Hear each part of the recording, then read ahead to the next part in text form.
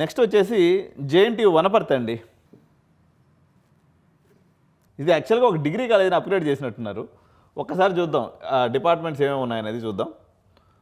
CSC department, ECE, artificial intelligence, machine learning. దీన్ని open చేద్దాం, నాకు ఇష్టం ఈ సబ్జెక్ట్ బాగా. ఫ్యాకల్టీని చూద్దాం ఒకసారి. No records found. అంతే, ఏం లేరు. పోనీ హెడ్ ఆఫ్ ది డిపార్ట్మెంట్ ఏమైనా ఉన్నాడేమో చూద్దాం. About the department, head of the department ఇంకెవరైనా ఉన్నారేమో చూద్దాం.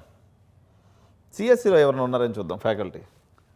ఫ్యాకల్టీ దగ్గర వస్తే ఆశాజ్యోతి, ఆశాజ్యోతి.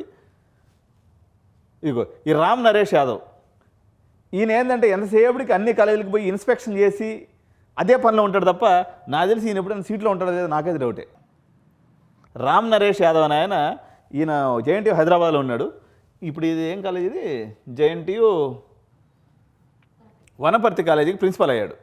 సిఎస్సి డిపార్ట్మెంట్ అయ్యింది కూడా. వీళ్ళందరూ ఇప్పుడు ఈయనకున్నది ఒకటే, ఒక ప్రిన్సిపాలు, ఒక అసిస్టెంట్ ప్రొఫెసరు.